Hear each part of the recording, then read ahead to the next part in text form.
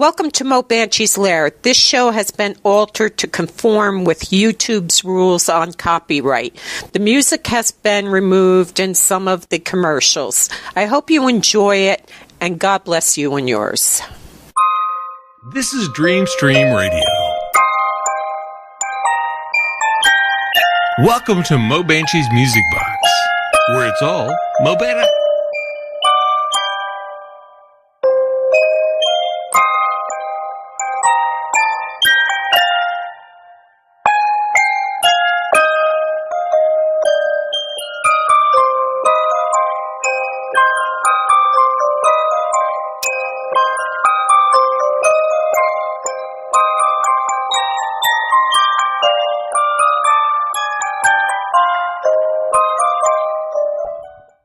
U.S. Marines rise early, work hard, and follow orders. They're creatures of routine, but one thing is certain to change at military bases like Camp Pendleton.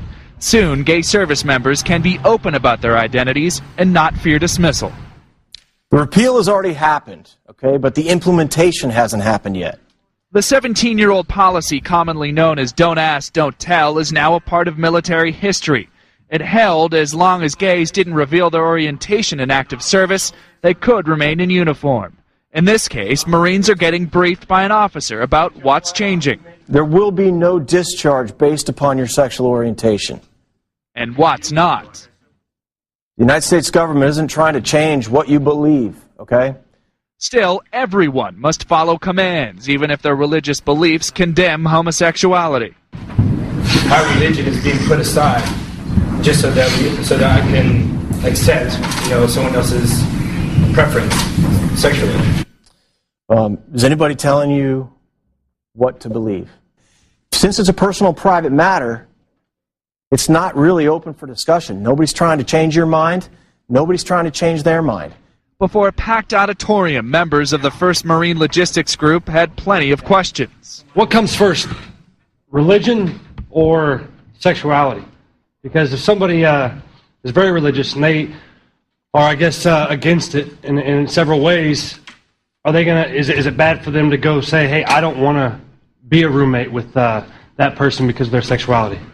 Harassment and discrimination based on sexual orientation is now against military law. There will be no segregation based on it either. We already serve with gays and lesbians and bisexuals. I mean, it's just a matter of them being able to talk about it now. Some welcomed the transition, some expressed unease. People live in the barracks and have to share the same rooms with them and shower with them. Personally, it would make me uncomfortable. The lifting of the ban on gays openly serving in the armed forces could go into full effect by the end of this year. John Moan, Associated Press, Camp Pendleton, California. Welcome to Mo Banshee's Lair, everybody. We're having a little bit of a problem with the Skype, and our guest is out in California, and I'm not. But I want to welcome you all to Mo Banshee's Lair. This is a special edition because our guest wasn't able to make it on a Tuesday, and it is Monday, Thursday, which is a sad day. Tomorrow is Good Friday, and we all know what happened. It doesn't get changed. It's the same thing happened. You can't change history. That's just the way it is. Christ was crucified, so everybody just remember that he already died. You don't have to reenact it. You don't have to do anything weird. He did it all. It's a done deal. All you have to do is be a good person. So, but I hope everybody's holidays are blessed. If you don't celebrate your any holidays, I hope your days are blessed. If you don't believe in God, I'll just put in a little prayer for you anyway. But our guest is on the side, and he's waiting, and his name is Greg White, and he has a book called The Pink Marine out. And Greg White, welcome to my lair. Thank you for having me. I am in California. It's a gorgeous day here. Yeah, it's kind of overcast, which is fitting with Monday, Thursday here in New Jersey. But I'm by the water, so whenever a storm brews in, it's kind of... you're down by the shore, as they say. Yeah, I'm right on the coast. You know what I mean? We're right on the coast of New Jersey, so, Beautiful. it's kind of crappy out tonight.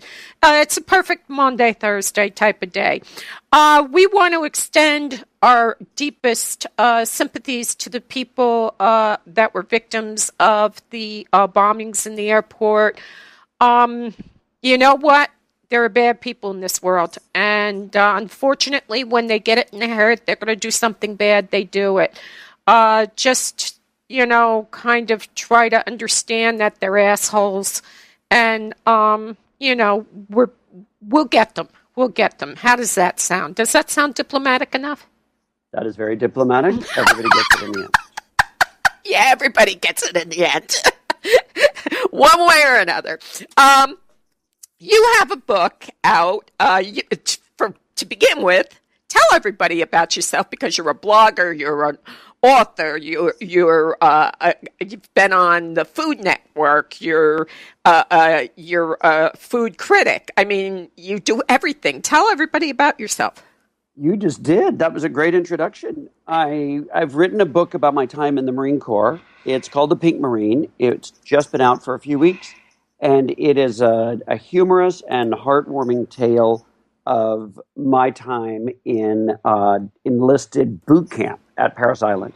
I went to Parris Island. There's 2 boot camps for the Marine Corps. There's either Parris Island or San Diego.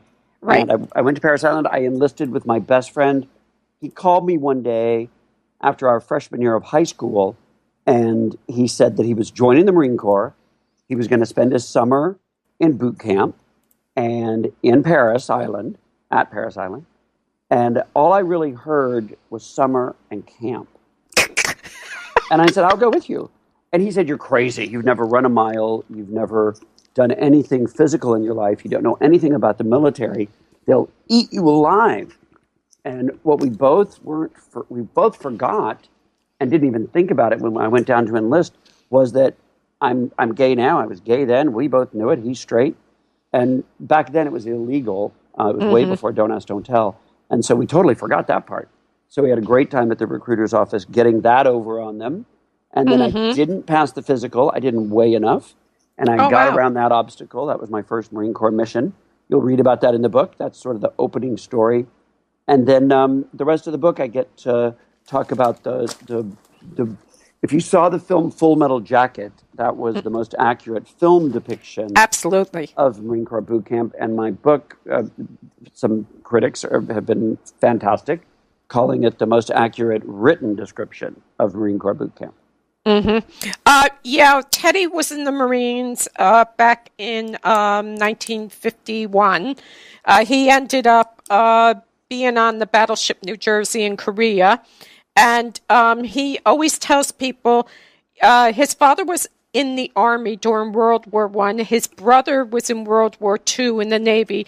So when they came out and said, what are you going to go in? He thought the Army for his father. And then somebody came out and said, we need so many Marines. And he thought, here, I won't hurt anybody's feelings. So he raised his hand and passed the test for the Marines. He says, and I thought I was in a concentration camp for 3 months. Well, that's a good analogy. It does at times feel like prison. It's certainly oppressive. It's a very inspiring and uplifting time. By the way, my voice is a little trashed because I'm in the studio recording the audio version this week. I have one more day. And the funny thing about that is that I have to do some of the dialogue as Marine Corps drill instructors. And then I have to switch right back to my voice. So there's a lot of, when you hear the audiobook, it's going to sound, like, you privates better get up and drop and give me 20, he said. So I've got to flip back to my narrating voice, and that's been it's a vocal gymnastics act. But I'm having a great time telling those stories in that. I've had a great time on book tour.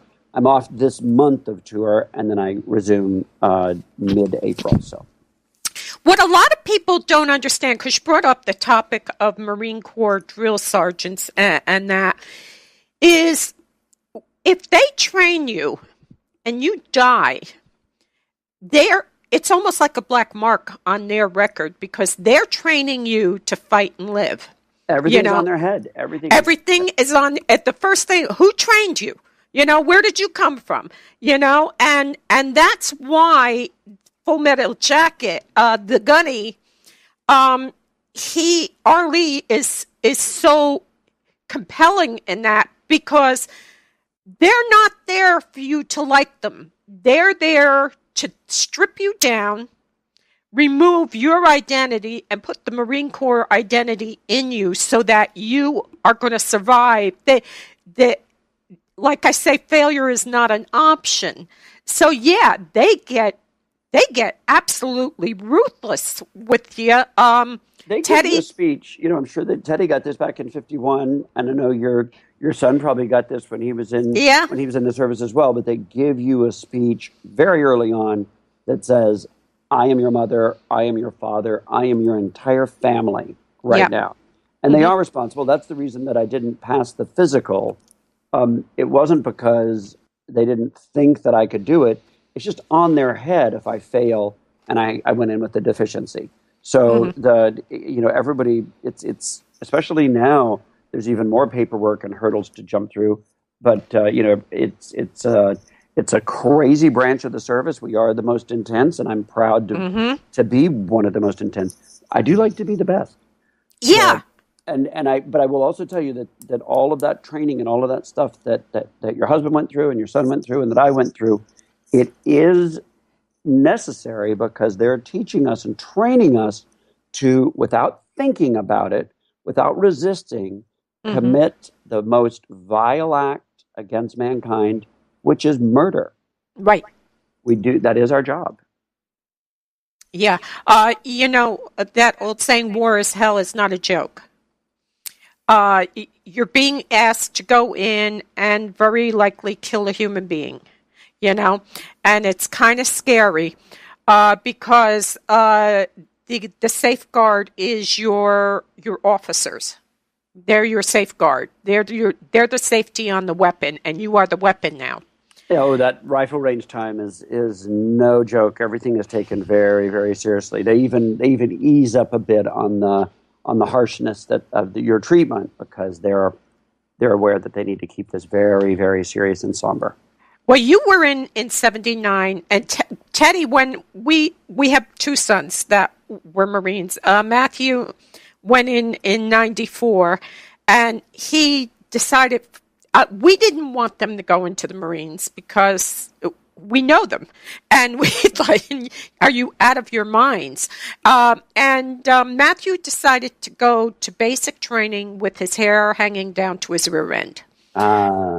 And for 3 weeks, they did not let him shave his hair, wash his hair, do anything. And anytime someone would break down crying, they'd say, "Take your troubles to Jesus. He's sitting over there." And he says, "I was never so happy to get my hair cut off of my head." He ended up being an honor Marine. Oh, that's fantastic. That's a very good story. I'm really interested in that story. They do want you to be individuals, but they also want to make you into one individual, one unit. But they also do want to make sure that your individualness is as harsh and sharp and rough as they can get it. So they're not about to ever not single someone out. They single somebody out, and they will hammer that person into the ground if they have to build them back up. They don't lose. Nobody misses out. No. Go ahead. Sorry to interrupt you, but I was at a book event in Miami 2 weeks ago, and a drill instructor came to my reading, and he was telling me after that while he was a private, not while he was a drill instructor, but when he was a private, he's Jewish, and his drill instructor made him go through the gas chamber twice with his platoon, and then made him go through again 2 weeks later with a random platoon. And he told him, he said, "I heard you Jews like getting gassed." Oh, that's legal. Yeah. They. You know what? And this is something I don't think the average American understands. Yeah, they are ruthless. They will call you the CUNT word. If you're a lady Marine, they will call you everything. They will badger you. But you see, that's nothing compared to what the enemy is going to do if they get you. Exactly. I will not meet a meaner or tougher person in my life. now that I've gone through the Marine Corps. Right. That's almost a comforting feeling. Yeah. Like you said, war is hell. I have seen hell in the face of my very own trainers. Yeah. You can't be afraid, and they have to build this individual who is going to be tortured if they're captured, and they're going to try to get information out of you, and you have to be more afraid of what you're going to do to your other fellow Marines than what the enemy is going to do to you.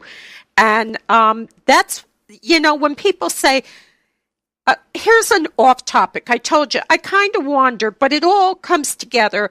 Teddy, it was being politically correct time back in the late 80s. And Teddy worked with his best friend, Kenny Brenzer. They both worked out of the same office. And they would, write each other. You know what I mean? Because Kenny was in the Air Force. Teddy was in the Marines. Yes. They would write each other. And they would get into calling names. And so he'd turn around and say, "You stupid Polak." Well, the manager comes out and says, "You can't do that anymore." And Teddy says, "Why?" He says, "Because, it's being insensitive and politically incorrect, politically incorrect. We can't do that anymore." So Teddy looked at Kenny and says, "Okay, you stupid fuck." And Kenny looked at the manager and says, "I really didn't mind him calling me a stupid Polak." See? Nothing is sacred. And you've got the... we should tell your audience, by the way, that my book is a funny book as well. I know there is a lot of serious stuff in there, absolutely. But one of the I used my television background and my sitcom writing experience to make sure that I entertained and told these stories in a humorous way. Nothing that I was involved in the military when I was right in the situation, or very little of it, was funny. But taking some time back and stepping back and looking at it, there were some hysterical moments. Now, there were some hysterical moments as it was going on. There's no question. I mean, I get to write the story of 70 guys. Not just, the story isn't just about me. I developed the characters for everybody in the platoon, all of my drill instructors, and there were some absolute nut jobs in there. And, I got to go in with my best friend. If anything, I get the pleasure of writing a book about that friendship. We're still best friends after all these years. We both live here in Los Angeles. And I get to tell those stories. Everybody that I served with came into the military with their own unique personality. For those 3 months, we were dressed alike, we walked alike, we talked alike, our haircuts were all the same. But there were times and moments when we all got to share, really, really fun and interesting aspects of all of our personalities. Yeah. I have a story. Matthew, it was like 3 a.m, and one of the guys could not pack his bag right. And so the drill instructor kept making them dump it out and everything. And finally, at 3 a.m, Matthew ran over, dumped the kid's bag, and repacked it right. And the drill instructor said, "Now you can all go to bed," because it's about being a team. And once Matthew understood, it's not about just him doing it right. It's making sure the other guy gets it right. He understood where they were going mentally with them. It's like herding cattle. You want them all to go through that small wooden fence together and work as a team. We got that great saying. We got that saying during World War II, gung-ho. It literally means work together. Yeah. So you grow up in Texas, and you're gay. And I mean, that's not new. People have been gay. I got my doubts about Adam, to be honest there. I've heard some stories about him with, the unicorns and stuff from creation and all. So he wasn't all he was cracked up to be, but gay is not new. Well, he did pick a pretty fancy leaf to cover. Yes. Yeah. He was stylish. Yeah, he was stylish. Yeah. But the thing is that it's not new. there have been gay men and there have been women warriors since the dawn of time. And, it's not a new concept. Queen Maeve of Ireland, there have been Irish, women, and every country has them. So that's not new. I guess I don't know when it became a big issue of being gay in the military. It used to just be as, son, do you have a gun? That's it. You're in the military. We're fighting a revolution. We don't care. There were women who dressed as men during the revolution and the Civil War. I did not know that. That's fascinating, just so that they could serve their country. I guess, our early example of that was Joan of Arc, I suppose. Yeah, well, what happened is they didn't have men to take care of them. So, maybe their menfolk were killed or whatever happened. So the only way you stay alive is you disguise yourself as a man. You go into, and Whitney Hamilton has a great movie out about that. I think it's Firefly, something like that. But you dress like a man. You become a man. You all stink, so nobody knows the difference whether you're a man or not. You drop your registry a little bit, and get a little bit more deeper to try to hide it. But, when did it become a huge problem? I don't have that specific answer, but I can tell you that I know that as society became aware of men beginning to live in an open manner about their sexuality, the military was one of the first to put the lid on it. And I have to tell you that it's not always from the military brass that is putting that lid on. It's often from the general public and constituents writing to their Congress, people in political action committees, and other things that are asking for that. And they're not in it. They're not serving. They're not fighting. I can guarantee you, from a person who walked in that uniform for 6 years, that we had, and all of my friends and co-Marines felt the same way, or at least everybody that I dealt with in the military. We had a bigger job to do. We had a bigger task at hand. We had actual battles to fight. Yeah. So, you have bigger eggs to fry than that crap. That's right. And I served with some great supportive guys. Some knew, some didn't know, but it was never, I went on to officer candidate school as well. After I was in the enlisted Marines for a while, I went to OCS in Quantico, and every weekend you get to go into Georgetown for Liberty for a few hours for overnight, and they ask us to bunk up and share hotel rooms because there's so many of us. We would wipe out Washington's occupancy rate. Right. And so we sleep 4 to a room, and the first week I was a little nervous. I thought, maybe nobody's going to sign up on the roster to bunk in a room with me. Maybe they'll think, I don't want to sleep with that gay guy. And I put my name on the list, and I was the first one to have, I'm very proud to say, proud of my brethren for doing this. I didn't do anything. Right. But I was the first one to have all of my slots filled up, and we just had an awesome time. And, you get a brotherhood and a bond and a sense of camaraderie in the Marine Corps specifically that I like to be overjoyed with when I sense that in the civilian world. I get it. I see it. I work on a television show. A lot of times that crew and that gang has that same bond. Were I to work in a regular office somewhere, I would hope, and it would give me only the truest fulfillment and sense that I was in a positive place if my workplace environment were always like that. Yeah. You know what?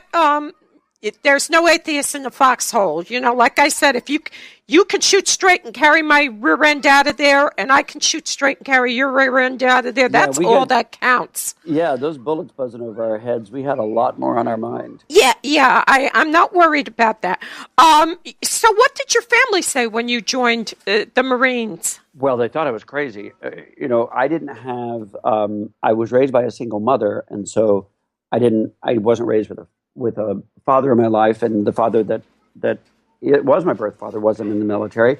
My mother's father was not in the military either. He was hard of hearing.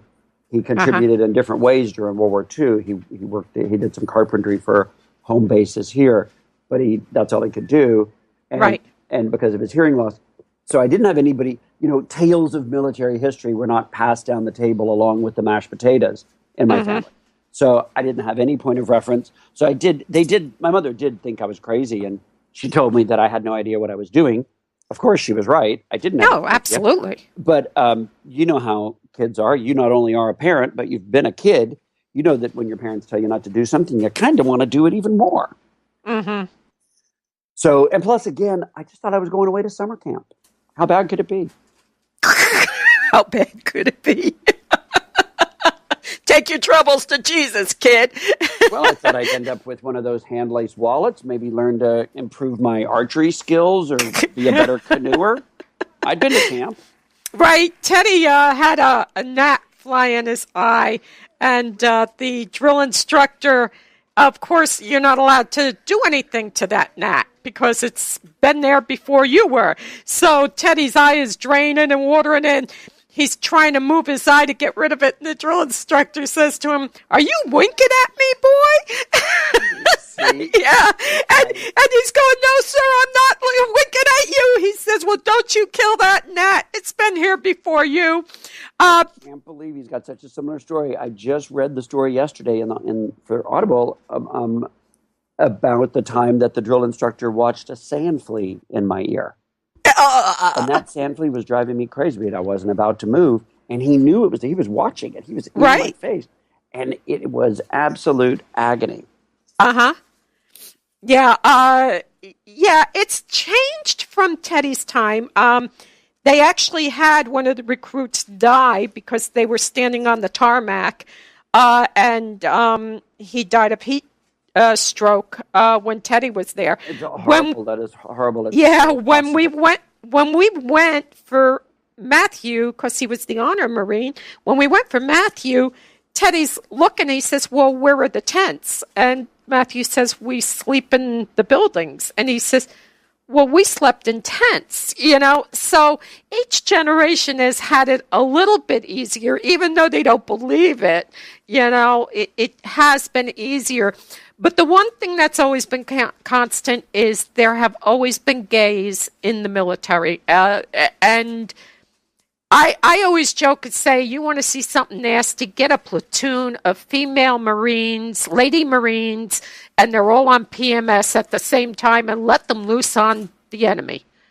Absolutely. I say in the book, I think this might be on my website, thepinkmarine.com, in a snippet. I think there's something about this, but I say something like, you show all the government really had to do was shave my head, give me only green clothes to wear, put me in humidity, and then all they had to do was point me at the enemy, and I would wipe out millions of them at the same time. Yeah.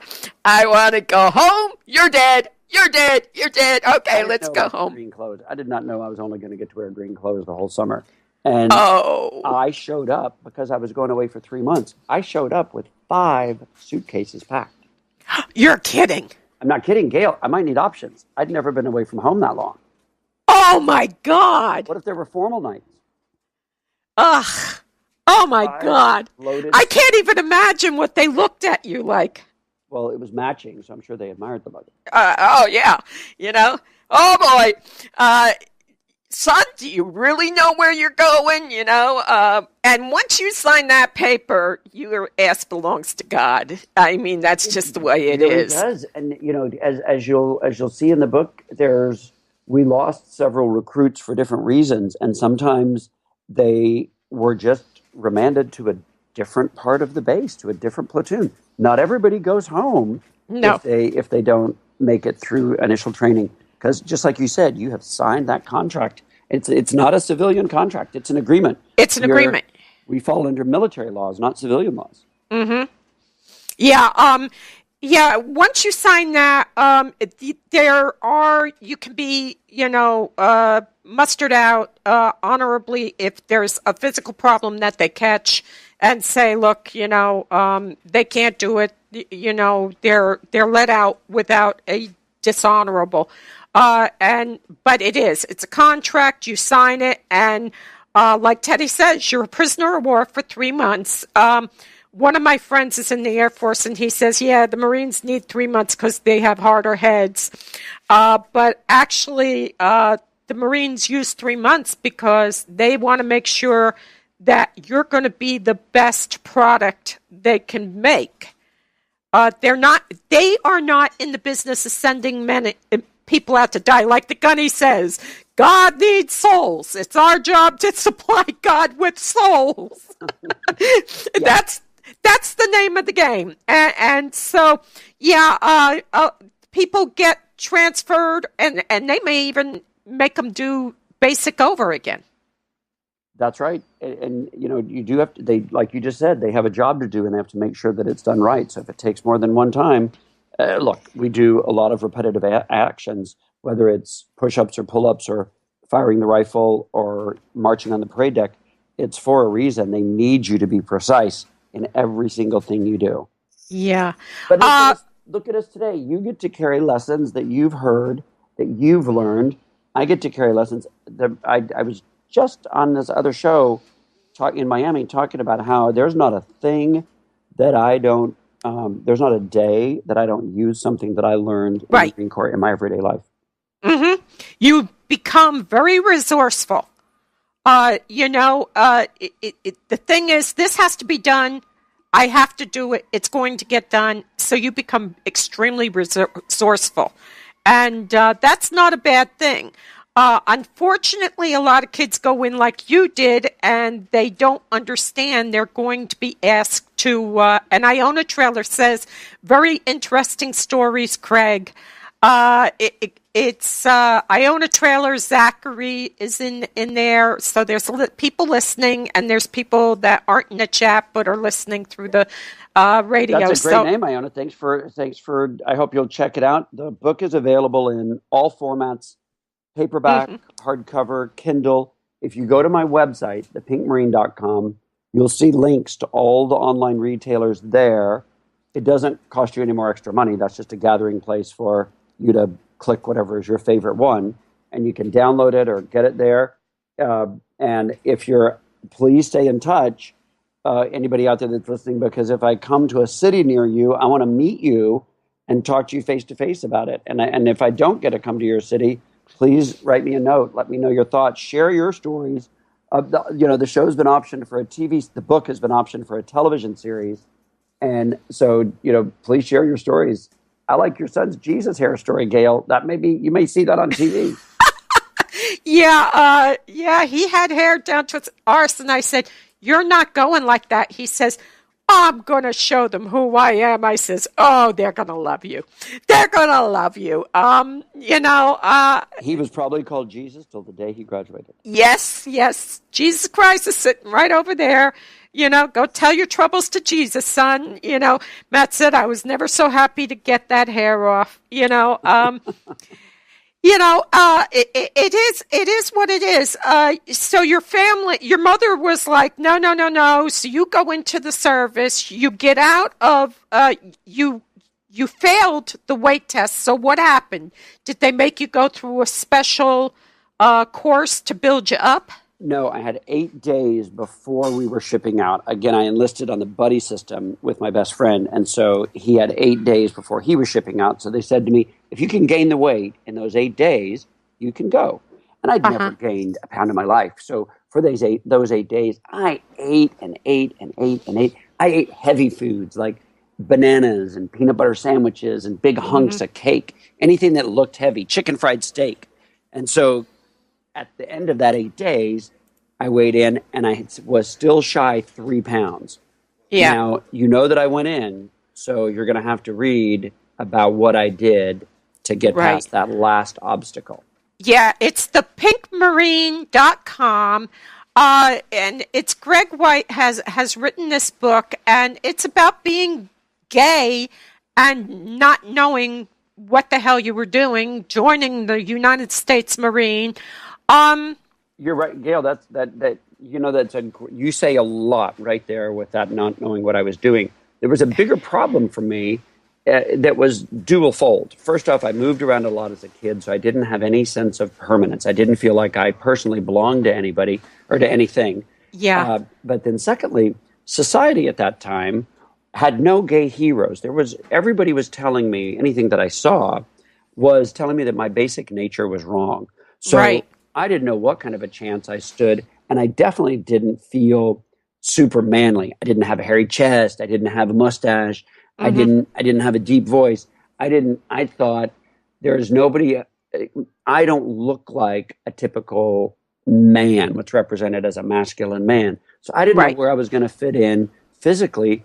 And then sociologically, I saw no one else that felt like I did inside represented on film and on television and sports. Today, it's in to be out. But back then, it wasn't. So No. I don't know that joining the hypermasculine Marine Corps was the place to try to figure that out, but it worked out. And they were able to build me up and teach me how to accept myself and to be not just the best person that I can be, but the best person that I can be among anybody else. Right.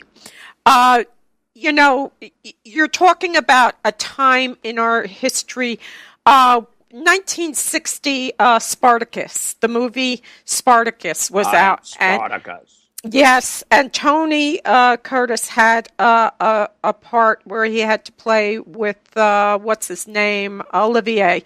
And Olivier says, he'll be my body boy. And they actually cut it out of the film because it's a gay scene. And Sir Laurence Olivier is asking him, do you prefer snails to oysters, which was code for male or female, And they originally cut it out. I think it's back in now. You can buy it, because back then the censors wouldn't have tolerated that. And I can't think of his name, great director, but he was like the writers were trying to work in code, and he's saying, it's immoral, and Tony Curtis is saying, no, sir, and he's kind of like trying to find out, do you go for my snail or not, so it's, like I said, it's always been in the service. You've got guys that are out pillaging the countryside. They don't go home for 2, 3, 4 years back in the dark ages, and after a while, you got urges. You got to do it. Yeah, I'm trying to be delicate about this, but nature, demands attention. Nature calls, and some people just go ahead and answer that phone. Yeah, so it's not something that's wrong or God has been aware of this. He's been aware it's been going on, and he hasn't blighted the world yet, so I'm pretty sure he's okay with it. Too. Yeah, yeah, he made us, he made Charles Manson, like it or not, there's a bit of that little spark in everybody, So your family, your mother is, okay, you're in the service. You put on the weight, you get shipped out, and then what happens? I am totally in shock for the first probably 96 hours. The recruiter, when I was meeting him, was this super nice guy. He was they'll kiss your ass in Bamberger's window to get you to sign that paper. He was like a car salesman. Oh, yeah. When I got there and I pulled up on that bus and those guys stormed on that bus to scream at me, I actually didn't get off the bus. I sat there and everybody else got off the bus. I sat there and I thought, what the hell are they talking to me like that for? Nobody told me anybody was going to be rude. Well, just like your son found out with the hair, I only lasted another split second before they got me off that bus.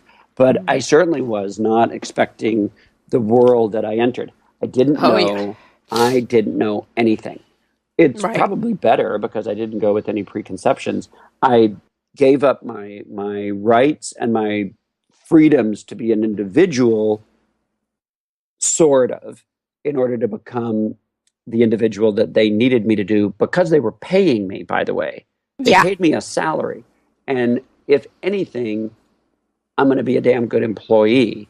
And I certainly, it's an odd job because your boss is always yelling at you that you're doing a bad job. Yeah. But thank God I had Marine Corps drill instructors as my first boss, my first job in the world, because no one's ever going to be a rougher boss. No. And that's something that there are other countries that require their young men, and now in some of them the women, to serve in the military for 2 years. And I don't think that that's necessarily a bad thing, because you're right, life sucks. And there is, what is it he says in Ghostbusters? You haven't worked in the private sector. Right. And everybody, I do agree that compulsory education is a great thing, and it helps a lot of people in a lot of countries staff their military, and it definitely builds character in certain environments. I don't know if we're ever going to have that. I don't think we'll ever need it. No. I realize our world situation today isn't forecasting world peace any day soon. But no. I certainly would love to think that one day we certainly didn't need to fill a quota and send our young men and women over to die. Yeah, everybody says, the draft. Well, when the enrollment falls to a certain percentage, a country has to defend itself. And then that's when drafts are created. As long as there's people enrolling in the service, we won't need a draft. When Lincoln started the draft, the first place he did it was 5 Points in New York, where the Irish were. They were the first ones. Right. Yeah. And that's how most Irish got their citizenship in this country, by going into the military.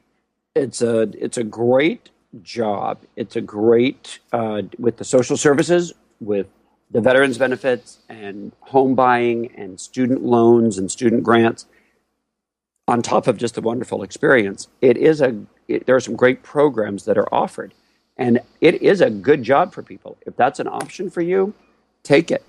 Mm-hmm. Yeah, because if you're in, you can take night courses for free at the local colleges, and while you're downtime, you can get your degrees, for different things. And that's what you're doing it for. You're investing in something. And I don't think people understand that you don't get anything without working for it. Well, you're also going to get an absolute invaluable credit to put on your resume.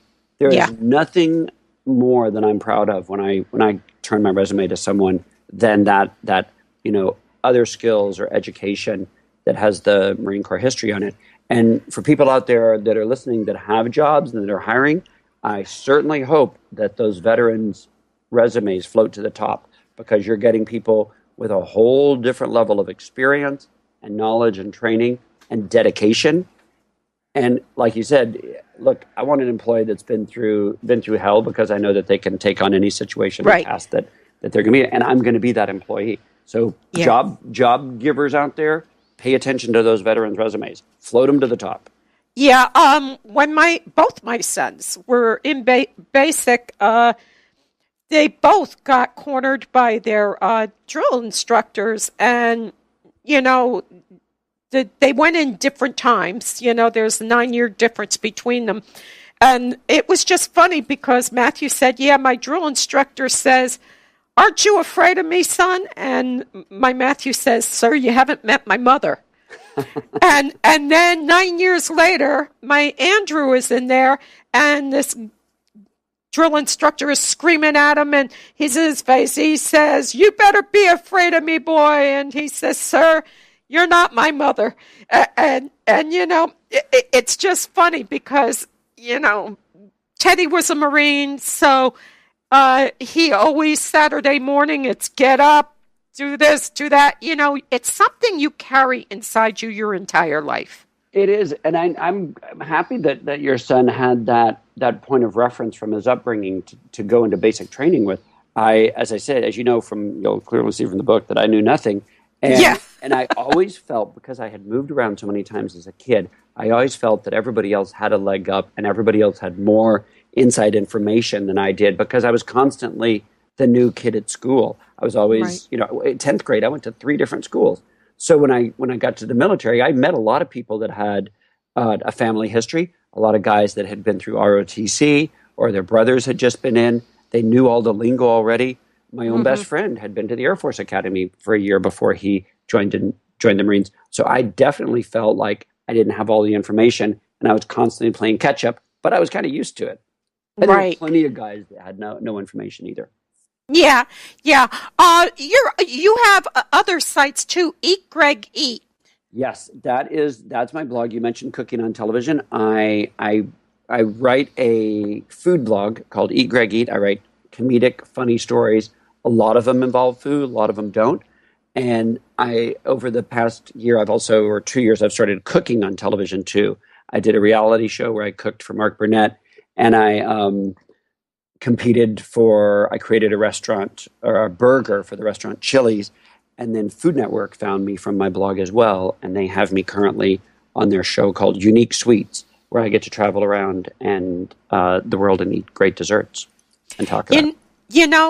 I watch some of these shows, and I look at some of the food and say, I wouldn't touch that with a 10-foot pole. That looks disgusting. Have you ever seen something and went, I'm not touching that? You mean that I'm being paid to eat on television? Yeah. No, I haven't. There are things that I've been very blessed with those situations. As far as the food that I write about, I have my Eat Greg Eat site, and then I have Go Greg Go, which is a hotel and restaurant review site. I'm not a food critic. I'm a food writer. My life is too precious, and there are too many talented chefs and people that own restaurants that are creating great, amazing food, and they're working hard. I celebrate those people. I'm not a food critic. I'm not a Yelp person. I'm not going to tell you that I just had the worst meal of my life at blah-de-blah. I'm not going to celebrate that place. I'm not going to bring any attention to that place. I want to spend the time that I have on this earth celebrating the people that are doing great things and making great food. And I'm just one fork, but I definitely want to celebrate these talented people out there. The restaurant business is really hard, and it is not my journey. It is a brutal business. Something isn't bad. Yeah, and I've had plenty of bad meals, of course, but I'm not going to waste my time writing about it. And you don't need to know about it. I'd rather tell you about a fantastic new place that opened up. And I mean, it's a hard business. It is. You look at even some of these shows, and I think, God, like your thing says you're a glutton for punishment. I look at some of these chefs and these like cook-offs and stuffs and the desserts where they're fighting each other and people are crying. I'm like, what the hell? Go get a loan for $10,000. What are you putting yourself through this for? On that show, on the menu, at one of the stages of competition, I had to make 60 of my burgers, which involved a cheese-filled, tempura-battered, deep-fried, blistered and skinned poblano pepper. Then the burger, then 3 sauces. I had to make 60 of those in an hour. Thank God I've been in the Marines. Yeah. If there's one thing you learn, it's how to do something really fast. And consistently good. And so that is, the food writing and all that is a pleasure for me. I'm thrilled. Look, Food Network, when they reached out to me from my blog, I was more than excited. That is incredibly humbling and exciting at the same time to walk into those offices in New York. And so we'll see what I do next with them. But, okay. The other one I wanted to talk is you're involved with the Good Men Project. Yes, the conversation no one else is having. Yes, I love that magazine. It is. It's good. It's good. When they approached me, I was really excited to write for them. I was already contributing to the Huffington Post. That's where I'm off to tonight, by the way. And so I was already contributing there, and I love them, and I love my editors there. But the Goodman Project has a bigger mission. They're showing people that might not have access to it examples of how to be a better man through stories and writing. So my military background was a good fit to tell some of those stories. Yeah. I was looking it over today, and it tackles a lot of, divorce, after the divorce, and, and I'm not I am being flippant, actually. People would say to me, I don't think gays should marry, and I say, why not? Let them have to pay a lawyer to get rid of an asshole the same way I had to. Yeah, you have to be careful what you ask for. All and the responsibilities. Yeah, let them end up. I says, why not? I says, what is the difference? They're living together anyway, so let them get married. And I says, as soon as they pay a couple of lawyers for divorces, they'll be like me. I'm never getting married again. I've been happily married for 40 years, but I was married once before, and I swore I'd never do it. And this time, I mean it. I'm going to die in the saddle, and that's it. I'm not getting married again. Why go for chopped meat when you've had steak, Oh, that is a great testament. I love that loyalty. Just like, you may be married to a Marine, but you'd make an awesome Marine yourself, because that sort of loyalty is what our motto is. Always faithful. Yeah. Yeah. It's been wonderful talking to you. I know you have to dash off. I'm going to play some music for the last hour for... play some music. I sent you a few songs to play. I hope yep, some of your favorite songs. Yes. So please tell everybody where your site is, where they can find books. And do you sign books? Because somebody's going to want a signed book. Yes. If you need a signed book, there is a place on my website, thepinkmarine.com. There's a contact me. If you just send me that request, there's a way that we can organize it where I'll send you a book that's autographed. That's very cool. It's a pleasure for me to sign the book. That is the highest honor, because I feel a connection like no other right then. That's wonderful. Pinkmarine.com. If it's in bookstores as well, but I realize most people are shopping online. People are listening to us right now online. So yeah. I love independent bookstores, but I'm also happy to celebrate Barnes & Noble and Amazon and IndieBound and all those great websites. Yeah, Iona is saying bye. It was very nice to meet you. Iona, thank you for listening. I hope I get to meet you in person, too. Are you going to be up in New Jersey anytime soon? I would love to. That would be such an honor to meet you in person, and I love to come down to the shore. I don't know. Sandy almost took it all out, but there's still some shore here. There's still some shore there. I know, and you guys have done a great job of rebuilding. I had a dear friend who just passed away who was a big... she was from the area, and she spent all of her time. She was on a television show. She spent a lot of her time raising money for victims of Sandy up until even last year. So I think you guys are resilient, and nobody's going to keep you guys down. Jersey people are tough. You've got those. We're awesome the immigrant tomatoes state in the summer. I love. Yeah, we're the immigrant state. You came on Ellis Island, or you came in the Philadelphia in the port there, and you just ended up in New Jersey. That's how it works, So they're tough people. They're from tough people. That's the amazing thing. And they're readers. So I want all of those Jersey people to get out there and get this book. Book. I love your exposure, and thank you for having me on the show. It's pinkmarine.com. Read it. Send me notes. Write your reviews on Amazon. Share your stories with me. Let me know what's going on. Let me know when you laugh. Let me know when you cry. Okay. And I can't wait to talk to you again, Gail. Okay. God bless you. A happy Easter. Whatever you celebrate, happy. You as well. I'm going after those eggs. There you go. Bye-bye. That was wonderful. I apologize because I didn't realize he was going to have to leave early because he has something with the Huffington Post going on. But I'm going to play some promos, and then one of his favorite songs is Rachel Platten fight song. So I'm going to do a commercial, and then Rachel Platten, the fight song. So you're listening to Mo Banshee's Lair and Mo Banshee's Music Box tonight. I'm going to try to see if I can load some Easter music in too, because it is the Holy Weekend, and we want to inspire you. But please check out that book, thepinkmarine.com. It's funny. Talk about a kid not knowing what the hell he's doing, but his best friend's going in the Marines, so he's going in the Marines. And like Teddy said, it's like being a prisoner of war for 3 months, and then suddenly you get the idea that you're a part of something so much bigger. And that's the whole point of basic training. So I'll be right back. I'm over the moon. My guest tonight is Bob Greenberg. This is a free record. Yes. Hey, ladies and gentlemen, himself, as we say in the Irish, Eddie Benitez. Welcome to the lair. Thank you. Yeah. How you doing? Hello. Hello, Sarah Karloff? Yes, hi. How are you, Mo? I'm fine. Welcome to the lair. Terry Soto, Captain Celluloid from the movie TV conventions that he holds in New York. Welcome to my lair. Hello, Mo. Thank you for having me back. And our guest, Arch Hall Jr., aviator, musician, author, and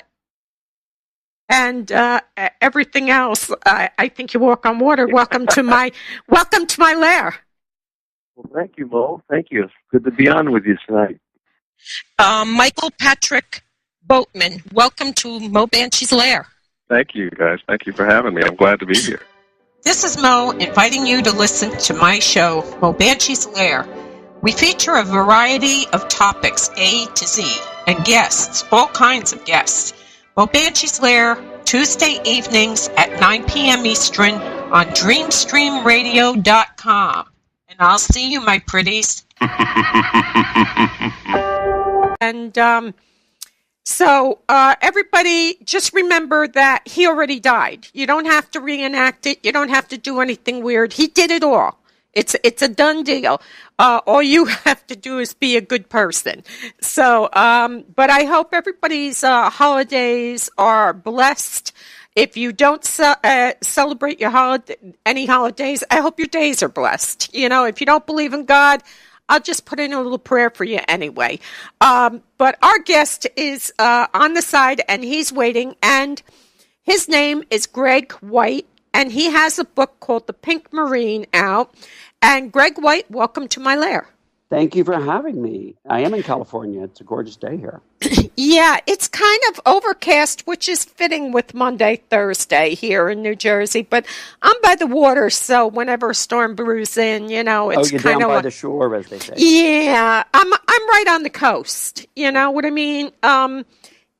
You know, we're right on the coast of New Jersey, so you know Beautiful. It's kind of crappy out tonight.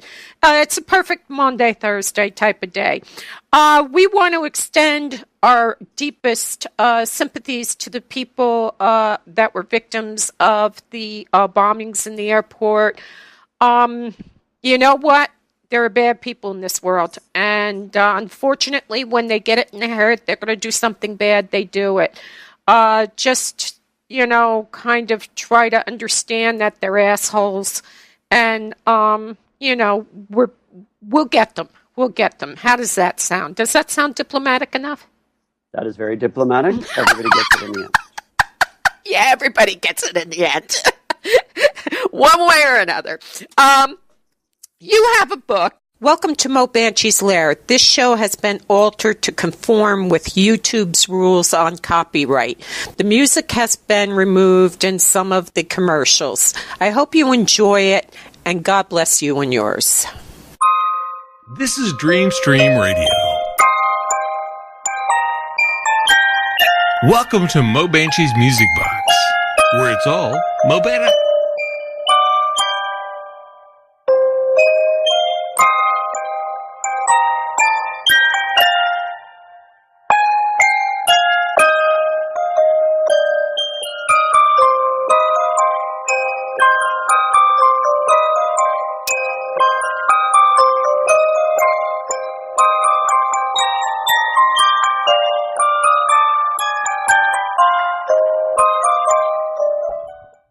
U.S. Marines rise early, work hard, and follow orders. They're creatures of routine, but one thing is certain to change at military bases like Camp Pendleton. Soon, gay service members can be open about their identities and not fear dismissal. The repeal has already happened, okay, but the implementation hasn't happened yet. The 17-year-old policy commonly known as don't ask, don't tell is now a part of military history. It held as long as gays didn't reveal their orientation in active service, they could remain in uniform. In this case, Marines are getting briefed by an officer about what's changing. There will be no discharge based upon your sexual orientation. And what's not.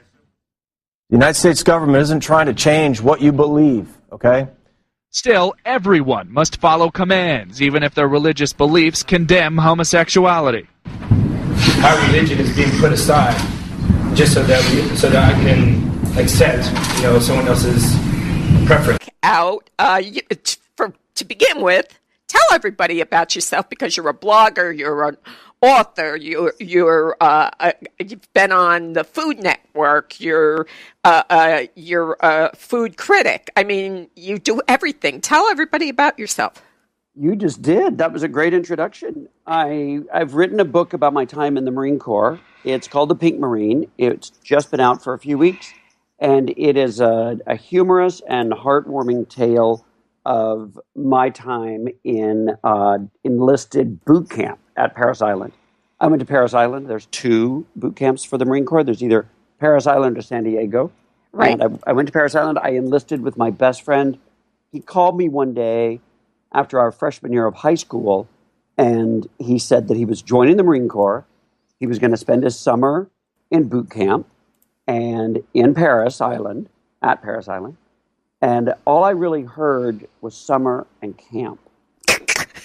And I said, I'll go with you. And he said, you're crazy. You've never run a mile. You've never done anything physical in your life. You don't know anything about the military. They'll eat you alive.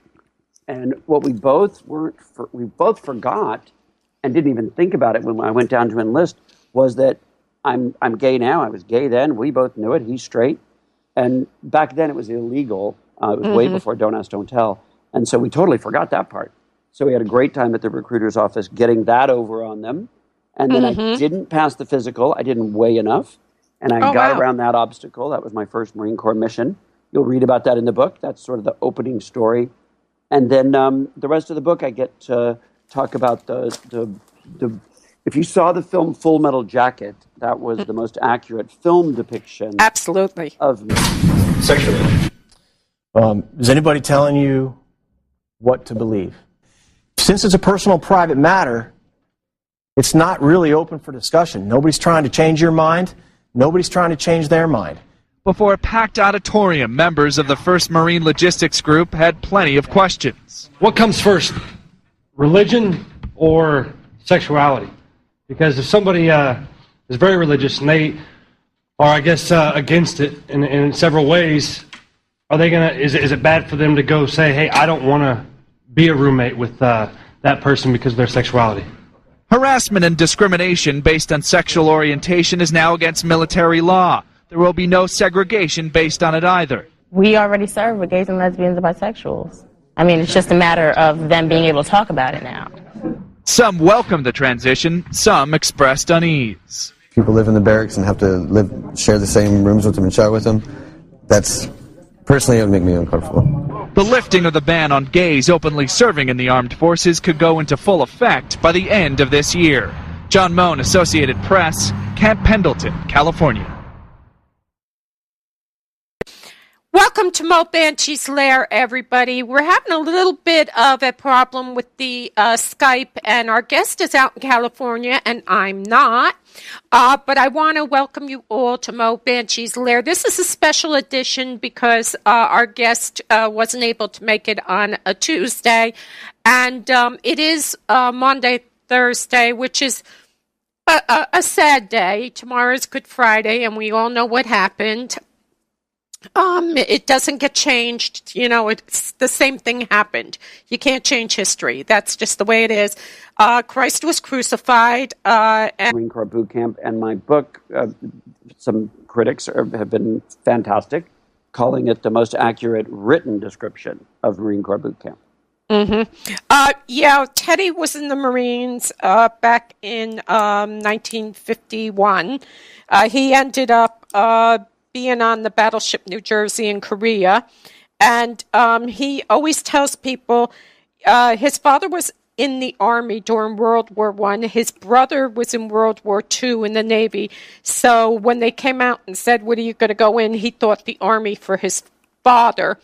And then somebody came out and said, we need so many Marines. And he thought, here, I won't hurt anybody's feelings. So he raised his hand and passed the test for the Marines. He says, and I thought I was in a concentration camp for 3 months.